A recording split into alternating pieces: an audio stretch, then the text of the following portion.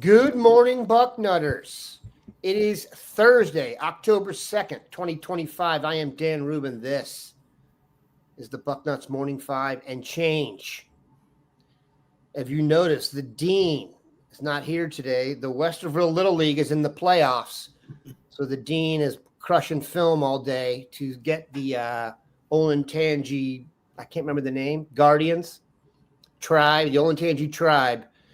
Bill's focus is elsewhere, so we've got Garrick sitting in today, and as he'll be want to do more often going forward, and the Grand Poobah Mark Porter. Like with Bill as well, the show gets off to a late start because we're usually talking about stuff you're not allowed to talk about on the air, and if we could charge for it, we'd probably make a lot of money for one show, and then we'd be off the air. So we are not going to do that. Or what we are going to do is talk about Minnesota. It would be Pat McAfee or Barstool is what it would be. We would just go there all the time, and our fans would just know we're going to go there and get used to that type of content. But I when you said that, I was like, that is like the most popular form of podcast now. People who have those very private podcasts. So maybe it's coming someday. We don't know. You never know. Once we sell our soul to the person downstairs, maybe we'll do that. I've considered it. We've taken the high road here at Bucknuts, and we will stay on it until proves otherwise. We are losing the Dean, so the John Wooden way of doing things may be going by the wayside. But we digress, as we are wont to do. Minnesota coming to town this weekend for a night game. That means recruits from out of town have a little extra time to get here. I don't know if you ever heard about that. Noon starts tend to cram the schedule of recruits. And then we're going to talk about all the other recruiting stuff that's going on. Ohio State may have a player who's going to flip away. We're going to discuss that and discuss what might go down if that could happen. And then Mark has been out and about. Both of our guys were out and about this past weekend seeing future Buckeyes and possible future Buckeyes. And we will get into it. First, though, one of Ohio State's targets that we have talked about here, and we know how much you guys love to talk about out-of-state targets and they're going to have a big price tag. Still, there are some we're going to go after. One of them is named Jalen Brewster. He is a defensive lineman from Texas.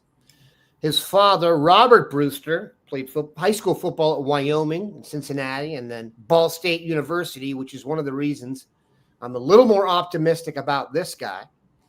Garrick, you had kind of the drop on him yesterday. If you could tell us what you know about Jalen Brewster's recruitment and your vibes on it, when he's going to commit and where, that would be helpful. And then Mark will hop in here and go for it. Sure. Well, Jalen announced a little bit ago that he's going to commit on Saturday, probably sometime in the first quarter of the Ohio State-Minnesota game. So if you're looking for a side thing to pay attention to during the middle of the game, there you go. There's your answer, right? But initially, I shared a lot of skepticism, and I was like, well, I'm looking at the teams involved. I'll pay attention to it, of course. It's due diligence, but, well, who knows how heavily involved they're going to be, right? Well, I did a little digging yesterday, and I found out that Ohio State does believe it has a chance here, which they're alongside the names of Texas A&M and Texas Tech. And what do those two teams have in common, Dan? They spend a lot of NIL money of late. And I can't say that Ohio State's going to be the high bidder. For all we know, they may not be. Who knows? But the fact that they're in conversation with those two schools means that they value Jalen Brewster a hell of a lot. And they're at least in the ballpark of it. Now, this isn't to get any false hope up. I'm not trying to, say that Jalen Brewster is going to be at Ohio State. If you ask me right now, I would probably pick Texas Tech, but there is a chance here, and there was some optimism from Ohio State as of yesterday. So I had to do diligence to let the Bucknutters know about that. But I will say from the player that Jalen Brewster is, it's evident why they're really going after him this aggressively. I got to see him at a camp. A lot of kids come to Columbus over the summer for recruiting camps. They get an opportunity to work with Ohio State's coaching staff. And Jalen Brewster's the real deal. All of 6'3", 300-plus pounds, and he moves like he's a linebacker. It's insane. I think I've covered Ohio State's recruiting camps for about 5 years, And I can't tell you exactly who would be in the 5, but Jalen Brewster for me would be on the Mount Rushmore of prospects that I've seen at Ohio State's camp within the past 4 years in terms of projectability, and this guy's going to be a stud at the next level. There are certain things about him that just make me go, that guy could be a day one starter at defensive tackle in the interior. So it's completely evident to me why Ohio State's so heavily involved here. That doesn't mean they're going to win it. And even if they do win it or they don't win it, that doesn't mean that recruitment's over after Saturday, as we all know. But I'll let Mark talk a little bit more about him. I'm sure he's done the homework, grinded the tape, and can get you a little bit excited about what this guy could possibly bring. Yeah, Mark, this was what I remember about it is I don't want to say this on the record, but he's the biggest routine Wildcat quarterback I've ever seen. He has one of those fun highlight films, one of those fan favorites, one that you like to show your buddies. Hey, did you see the 300-pounder running the ball? Legit 305. Legit. Yeah, I mean, if this was a carnival, he'd be the main show. He'd be the one you're paying to see. I think Sam Greer would be the guy you'd pay to see the largest human on earth. This kid you'd pay just to see how he runs at 305 pounds. Garrick doesn't know that every time we put a player on the Mount Rushmore and go crazy with them, we don't get them. I mean, we did that with Baker. We did that with the running back that everyone wanted, Hyder. I mean, so Brandon Baker. Careful, but for some reason, when we get really excited, we get our hearts broken. And I would hate that to happen because, I mean, this kid plays the edge like a linebacker, and he's 300 pounds. And he's worthy of the praise Bill's giving him, Garrick's giving him. His film speaks for itself. Just to change the direction, you see him explode away from the tackle there. So I hope this goes our way. I hope the inside intel here is friendly to the Buckeyes. We'll see. But it's definitely one you want to check in. He's committing live on CBS Sports. That will be linked much off our site, so you should be good to go there. In other news, let's stay on the recruiting front. Our Florida State site does a tremendous job. Zach Blosine does a great job down there. So when he puts in a crystal ball, it's one to be taken seriously. He has put in a crystal ball for Corbin Fordham to flip from Ohio State to Florida State. This one doesn't surprise me. I was a little surprised when Fordham committed. He's a Florida State alum. This is not that surprising. Also, Nate Roberts getting a lot of playing time early. I don't know if that – sometimes when you put a freshman in there and the other guys look and say, oh, wait a minute, that's a 2-3 year wait right there. Maybe I'll go local, but that's my vibe on it. Your thoughts, Garrick? Yeah, like you said, our Florida State site does a tremendous job, and I'm getting similar vibes to what they're hearing that I would expect. Corbin Fordham probably ends up in the Seminoles class. It's not a done deal yet by any measure, but things seem to be trending that way. Corbin was an early commit to Ohio State. I believe he committed on Thanksgiving of November 2024. And, it was a guy that Keenan Bailey identified early, really liked a lot, and obviously was pretty high on. But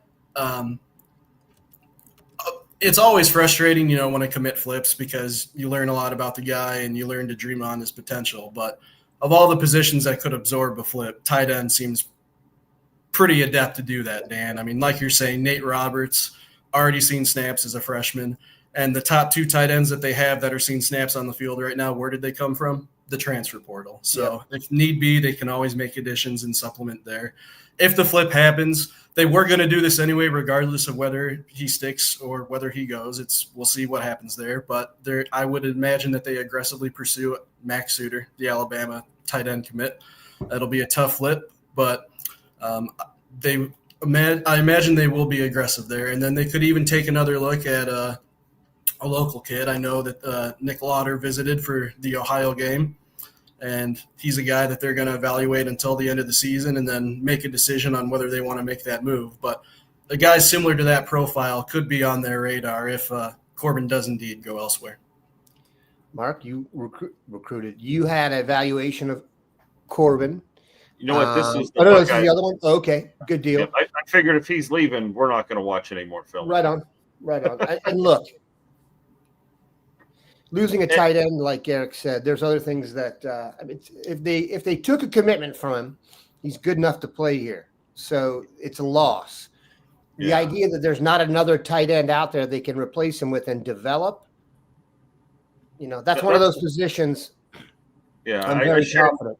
I shared my thoughts on these flips like maybe a month ago, and I don't know if Garrick was on the podcast then, but it's a very zen, positive. You ever see those positive people who are like, oh, yeah, something really bad happens. That just means another really positive thing is going to happen to you. Something even better is in store. Right. It opens up another door. Yeah, like anytime, you tore your knee up, you blew it out. Well, guess what? God has something in store for you a year later that's bigger and better than you could have ever dreamed of.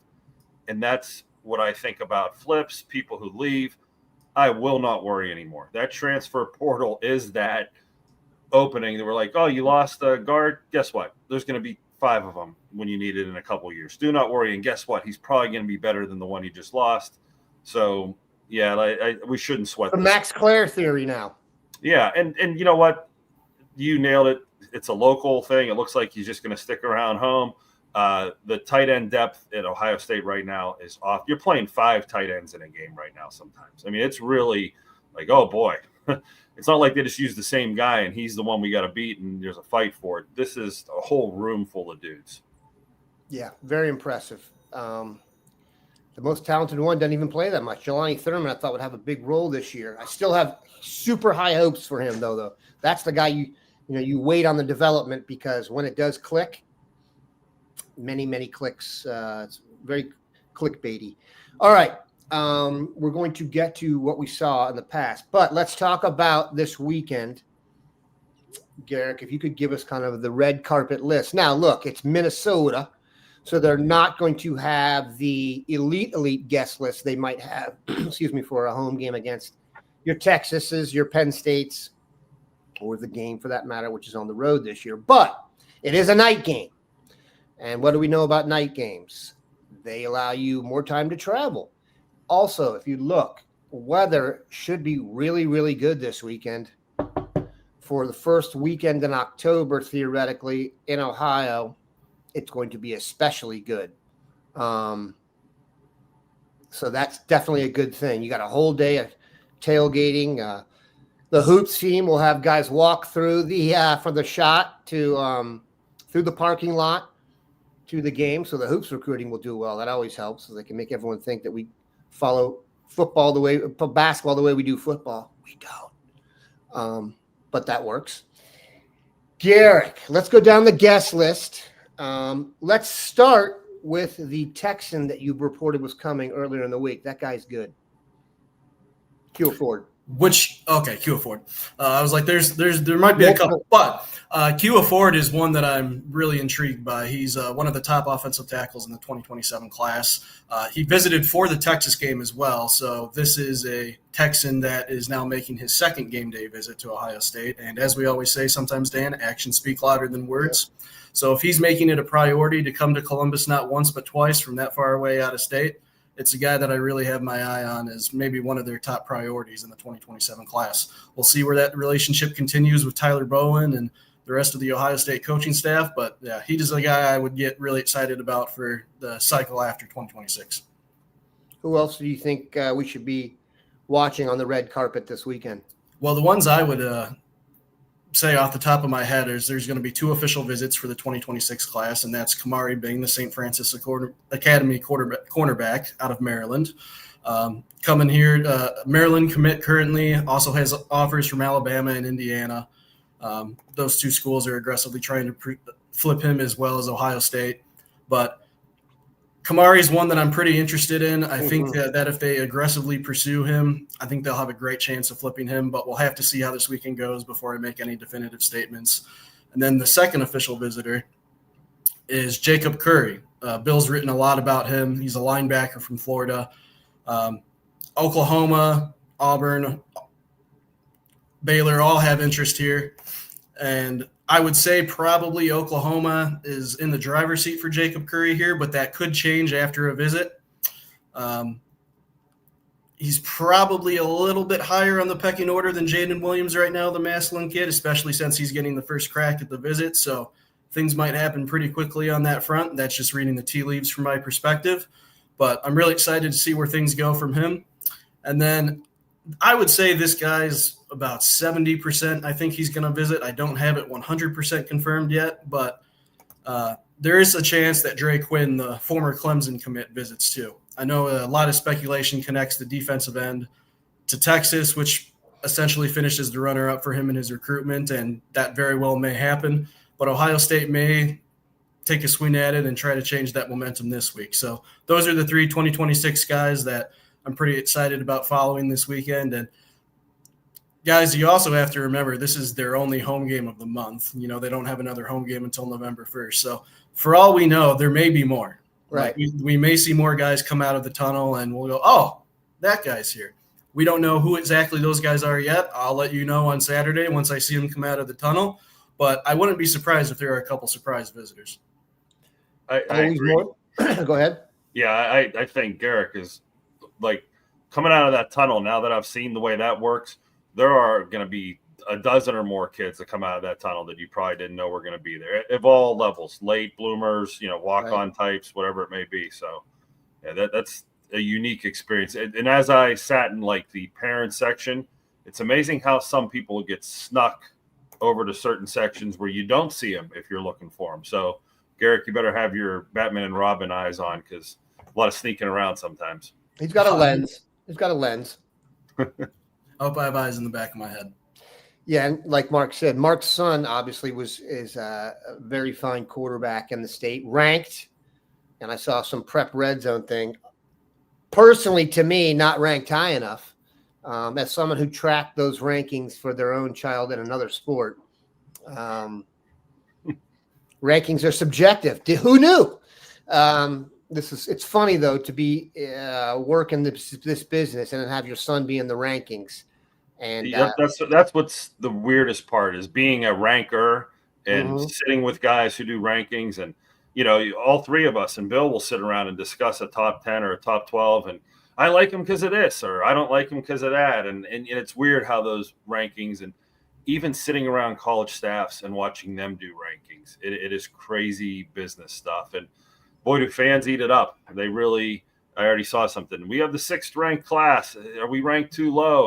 Rankings bother people. It's definitely something where gratefulness is all I can say. Sure. Anytime any person of any ilk acknowledges you, gives you some type of pat on the back, puts gas in your tank and says, listen, keep doing this. You're doing right. These are all things that I try to look for, not so much where the ranking is. But I know in those basketball rankings, you can see them come out and you watch your kid play somebody and do very well against them. And you say, wow, he's ranked 45 spots higher. What's funny is we all castigate those who are doing the rankings that they don't know what they're doing and then put a ton of stock into the rankings they produce. So it's kind of a 6 1 half dozen of the other. As far as Ohio State and the rankings, they're ranked the recruiting class. If you don't think Ohio State is doing it right as we currently sit, my guess is you wake up cranky daily. Things are going quite well. Let's let them be proven wrong first. We are the national champions, ranked number 1, and replaced 8 starters on defense, and have a lot of young people on the team, including a redshirt freshman quarterback. Yet we're number 1, and the running back's a freshman, and our best receiver is a sophomore. So everyone needs to dial it back a little bit.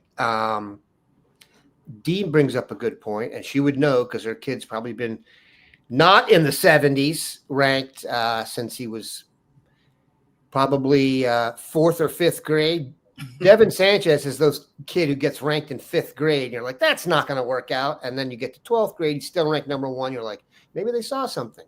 Yes, you have to live. When you don't, it hurts the player. It puts a chip on your shoulder. It can do both. We did the JJ Huddle. If you remember JJ Huddle with Dwayne Long, and you did the top 100 for years. Yeah. The biggest day of the year was the day after the rankings because your email box was full. Oh my gosh! Of guess who? All the parents and players that felt they were left out. And you know what? Good, because some of them were right. Some of them were absolutely justified. And the thing is that we didn't know about you then. The next rankings come out, so long, and get ready, you'll be inserted. So this is a constant process. And when kids see themselves go up and down, and I know the 24/7 rankings, the podcast the day after, what do? Biggest movers and shakers. Who's being disrespected the most and who's being congratulated the most. We're in the business of ranking. So I understand them on a deep level. Keep this in mind. Ohio State has their own board. They're not using ours. would it be nice if they were? Yes, that would lend credence to our operation here. They know what they're talking about.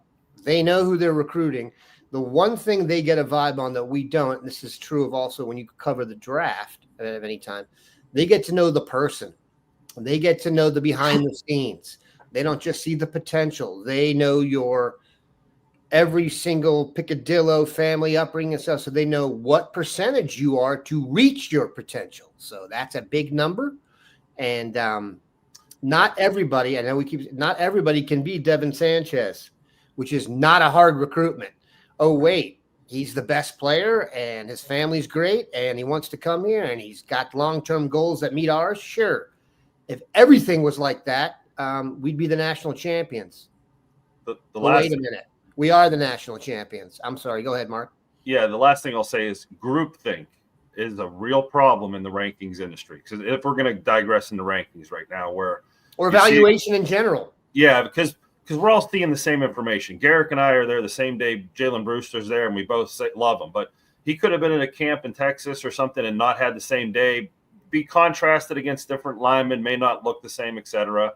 So if you've ever done fantasy football, that first round, everybody picks the exact same guys in every draft. The top 3 or 4 guys are the same because no one is scared to break the groupthink and be like, you know what, I'm going to reach down to someone else.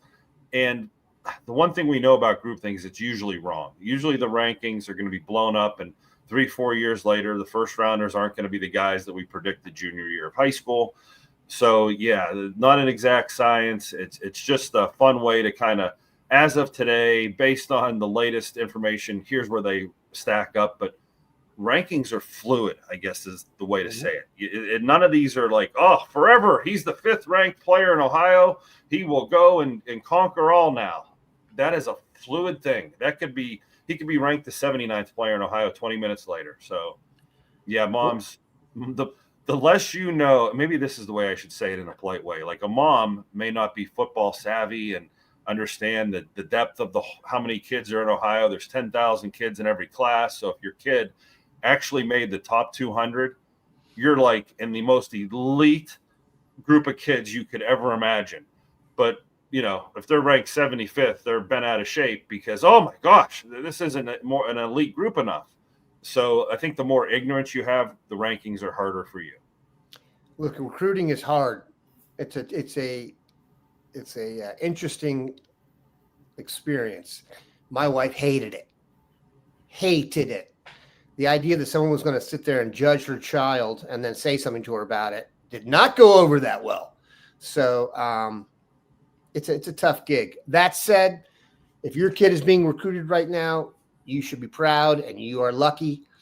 Your kid is a stud. If you play college sports at any level, anything, your kid's a bad A. All right, Mark, speaking of bad A's, you were out this weekend scouring the state for future Buckeyes, as was Garrick, who got to see Favor Aki, who limited time only for his senior year.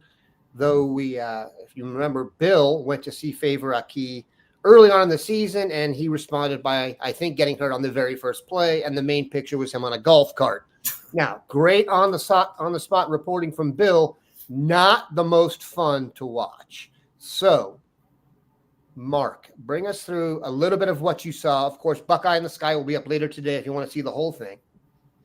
But let us know who we're looking at and what you thought of him, etc. And look who it is. Well, let's let Garrick talk about Favor for a little bit. There's one play here, so when he's kind of done talking about him, I'll hit the play, and then I'll go into my guys after that. But this was his night, and just to tell Garrick, I'm going to try to see Favor this weekend. So we're really going to dip into this kid and get you some good highlights. One play is certainly not enough to whet the appetite, especially when you're a running back. I mean, you give us a 30 carry night where you got like 10 explosive carries, and we can go and drool over you. But go ahead, Garrick. Yeah, I talked to Hayes' coach a little bit beforehand and heard that he was going to make his debut back, so I kind of wanted to see how he looked. And it was really hard to get a true barometer of, one, how healthy he was, and two, how much he could really dominate on the field, because unfortunately the other team was very aware that Faber Key was the best player on the field. They stacked 8 guys in the box. Every time Faber touched the ball, there were seemingly 3 guys in the backfield every play, and the guy just had no chance. He even broke 2 tackles and still lost a yard, right? So I think Hayes lost 49-14, something around there. So the run game got taken out of the game plan very quickly as well. But I will say that it was nice to see Faber back out there. Dan, you're right. He got hurt on the very first play. High ankle sprain caused him to miss about a whole month of the senior season. Caught up with him. Great kid, very humble. Said obviously senior year hasn't gone the way it wanted to, but he's still very confident he can have a nice end to it. Very confident in Carlos Laughlin's ability to develop him.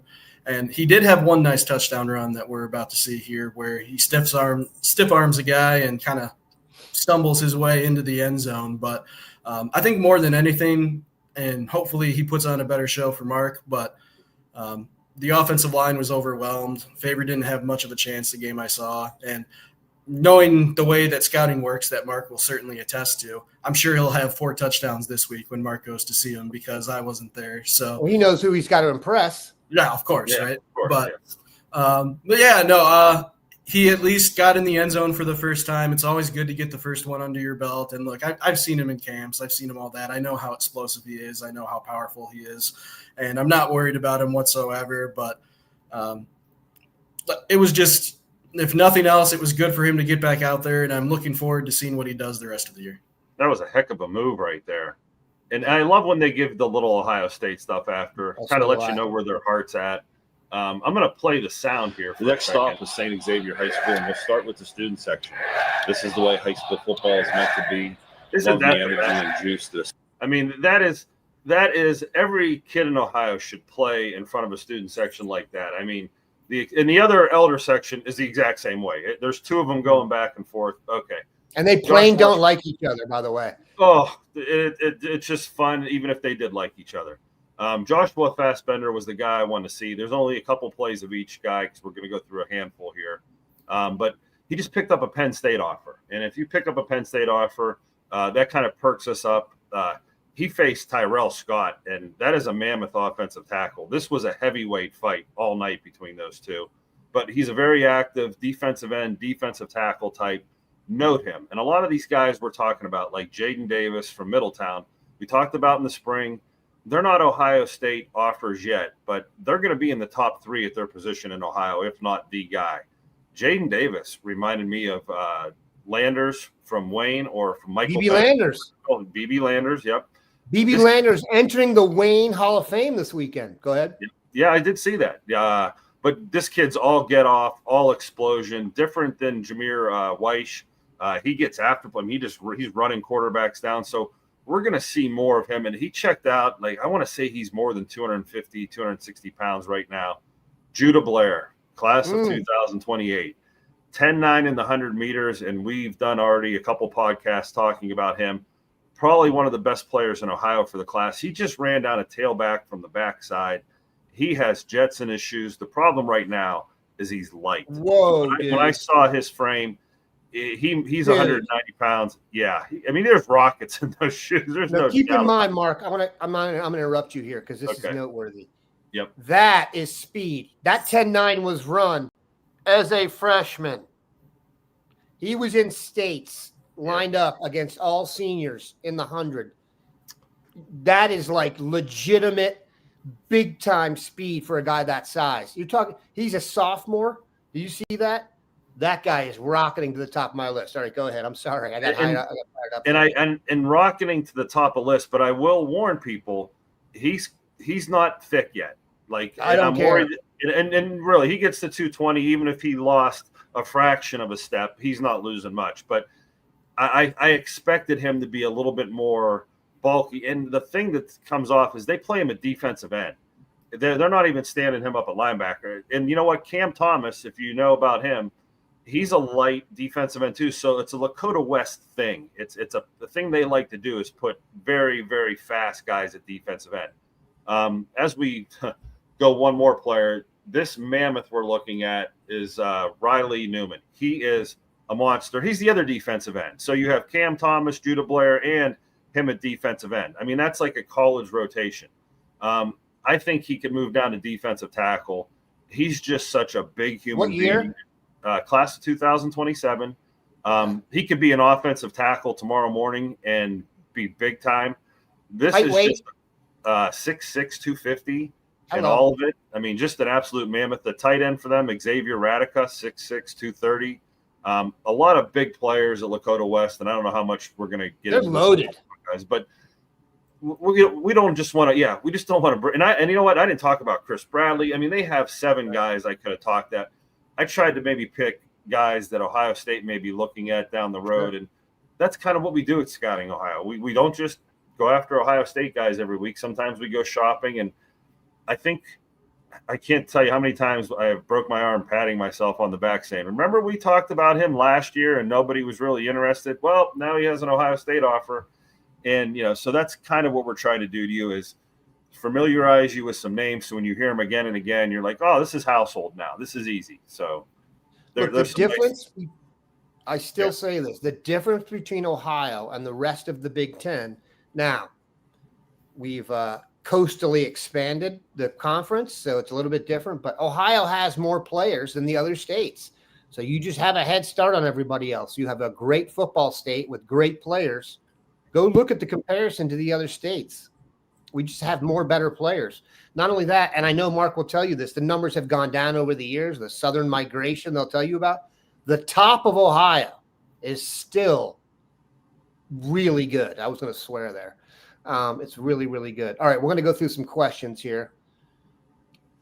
Best place to find an ice cream cake in Columbus, asked by, it might be number 6's birthday this weekend. I think you got to go Graders, personally. Graders are black raspberry chip themed if you're going for the first time. Apparently he doesn't like cake, so brownies and cookies always does well. Throw a candle in there. But if you're going just traditional, if you're coming from Texas to Ohio, I think you got to give Graders some burn. Over 100 years, Graders is the S. All right, let's see. Yes, I've heard this. Reese Davis thinks Miami's better than Ohio State. I can't stand ESPN. That's a standard. Let's not worry about who's ranked number 1 right now. Apparently they have more games to play, and everything will be exposed or developed for that matter. All right, let's get to some questions here. I'm going to go back. I'm sorry. Dairy Queen got some votes. Graders has candy too. If you want to get a little sweet tooth going, everybody's involved with Devin. That's for sure. This is what I wanted. Jermaine Runnels. Is Ohio State going to double back on Ohio guys who made commitments to Clemson? Funny you should ask that question, as Garrick, Mark, and I have a little text chain that goes back and forth with this information on there expressly. Garrick, how much of that information do you want to release? You can go through it right here. There's definitely interest. Sure. Well, the Clemson commit that they're most interested in right now and doubling back on is Adam Guthrie, the Miami Trace offensive tackle. There has been productive dialogue between he and Tyler Bowen, and at the moment that's all it is, dialogue, but they have been productive conversations. I wouldn't say anything's certainly imminent here, and I don't know if anything will be going forward, but they're at least in the conversation, and at this point dialogue is all you can ask for it. I don't have a great feel on if Clemson's slow start to the season has any impact on that recruitment whatsoever. I know he felt pretty loyal to that staff. That's why he pulled the trigger and committed in the spring. But, they're certainly doing their due diligence and trying to get back in that commitment. And there have been good talks between Adam Guthrie and Ohio State. Marcus? Yeah, the Guthrie thing is very interesting. I think the smoke fire theory is in play here. A little smoke there. Give it a few weeks, and if we knew the exact NIL deal that Clemson was giving him, I think we'd be able to, factor him in a little more. It's going to be tough to take on another big NIL contract right at the end. Does that make any sense? Because he is a premier player. He deserves what he's probably getting in some level of this new world we're in. I don't know if anybody deserves anything, but in this new world, yes. So let that kind of settle. And you know what? If we pick up Landry Breed or something, I would think that ship has sailed. I think if someone else commits in the offensive line, all bets are off. It does feel like there may be one more spot at the end, and Landry and Adam will get a chance to go after it, and all other factors involved. It's fluid, but one thing that's for sure is they have focused for offensive line a lot in state. I think what they've done is the routine things that have been great for you. Obviously, anybody can go recruit a great player. You have Tavian St. Clair in the state. That doesn't take Mark Porter to let you know to go recruit him. Although it does if you want to go recruit him after the 8th grade. Now, that's different. But by senior year, everybody knew about him. It's the other guys in the state that they rank out, that will just defer to them on this. But this is a question. And Garrick, I'd like you to get involved after Mark. Mark Porter, do you feel like Ohio State addressed their biggest needs in the class of 2026? Are we worried about running back depth? What about D-line? Jay is among those worried about the recruiting. I understand it. Ohio State is ranked 9th in the 24/7 sports rankings. And people are upset that coming off a championship, they're ranked 9th. Now, I'm not one, I'll just say this, and never have been, to get into the overall rankings. I look at average per dude. That's more important to me because there's an aggregate value to your recruiting. So if you have 20 recruits and I have 6, you're going to have a higher ranking, even if all my 6 are 5 stars. So that there's a cumulative factor. Secondly, we do have Luke Fahey in the class, but we do not have our traditional elite number 1 or 2 quarterback, which juices the rankings. And there's some other guys there waiting on. Tom Loy has mentioned this, Garrick, and you running back. There could be another running back in the class that they'll go after who's not technically in the class now. If you want to, you can pull up the class of commits, and I'll scroll them on our screen right here. You can see them. Garrick, you know what I'm talking about. Yeah. What Dan is referring to is there is a little bit of speculation that David Gabriel Georges might reclassify to the 2026 class.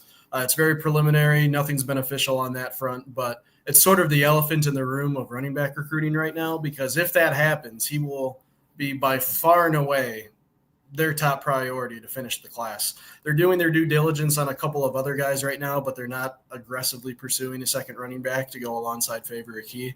But if David Gabriel Georges reclassifies to 26, I cannot overstate enough how aggressive they'll pursue him. Now, other teams will too. Tennessee will, Georgia will. Those are probably the 2 biggest threats to Ohio State, if you want to say that.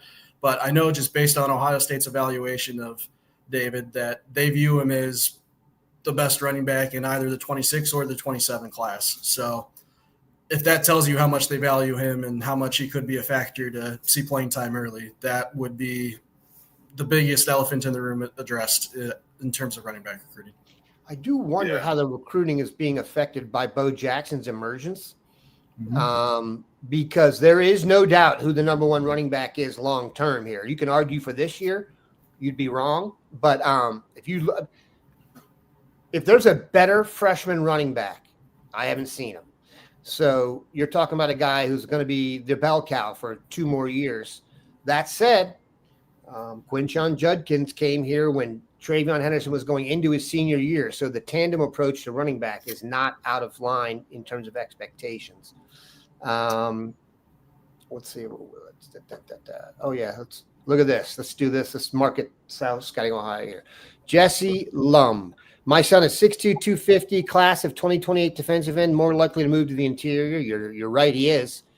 Reminds me a lot like Caden Curry. And as Mark said, have him register for free on Scouting Ohio. That's a shameless plug, but yeah, that's what we do. The younger your kids are, the more I can help them. The more I can get them invited to games, camps, combines, junior days. So appreciate that shout out. And if anybody in our audience has players that you think are going under the radar, overlooked, no one knows about, send them to me. That's literally what I do.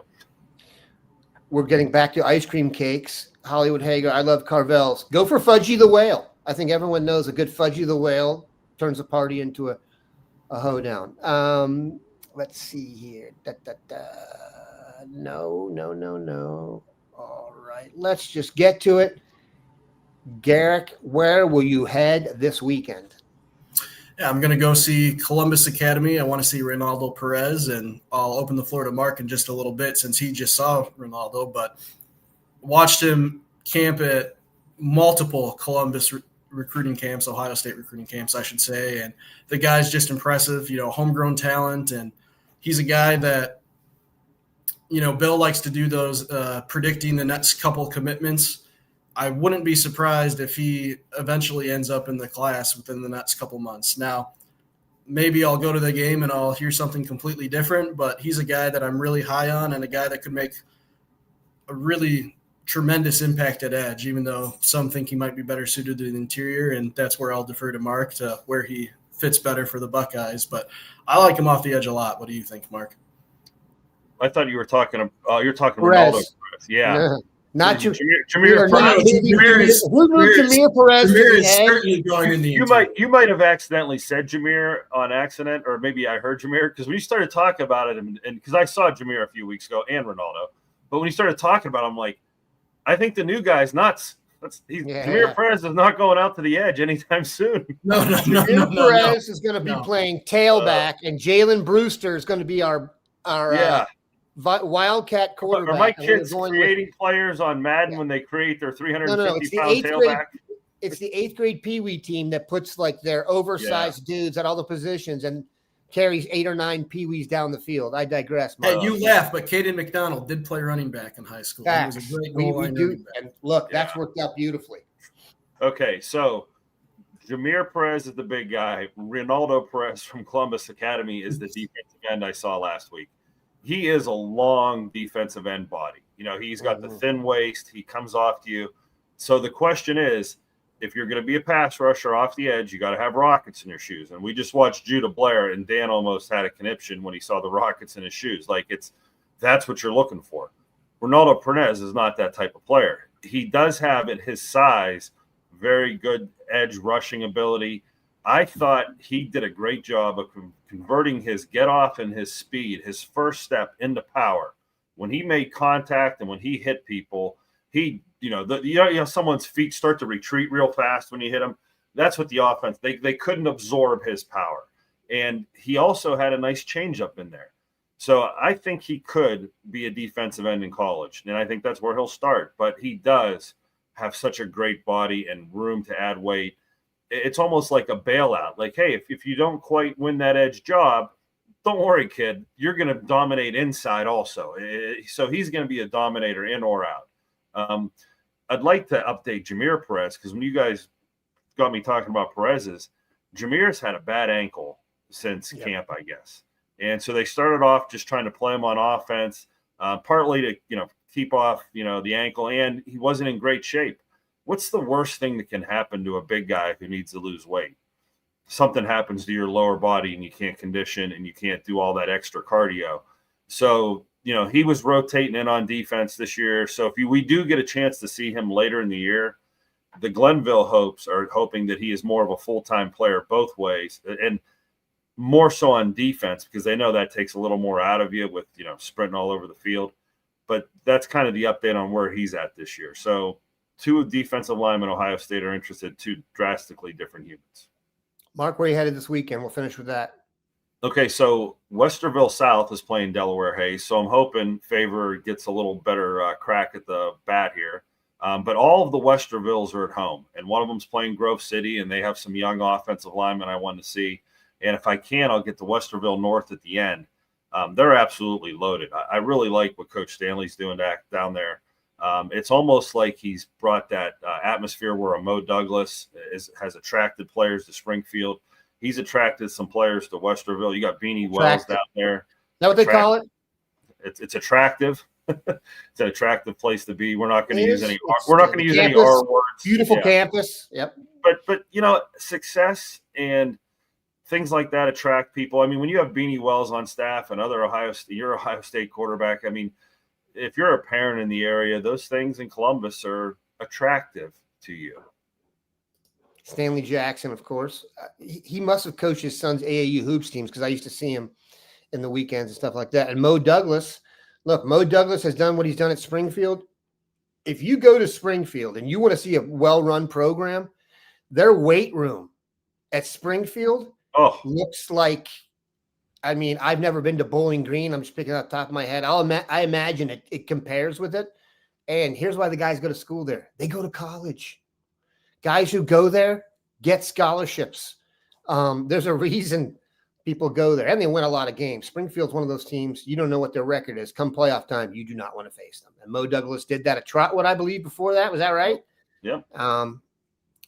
I think he also played defensive back for the Bears at one point in time. That He doesn't did. hurt. When That I doesn't used- hurt. His when I son was used- good too.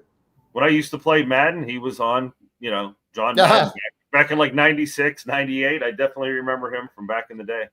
He bounced off Bo Jackson like everybody in Tecmo Bowl, so it was fun stuff. All right, we appreciate Garrick and Mark giving us their time. That's a long show. The Dean, if I would have gone 46 minutes with the Dean, that would have ruined the salary cap. So he gets way kind of overtime. We will be back with bells on. Of course, don't forget, night game. So there will be some surprise attendees this weekend. That's a fact. Garrick will have that information for you. We'll have a photo gallery and updates and all. Have a good one. Nutters.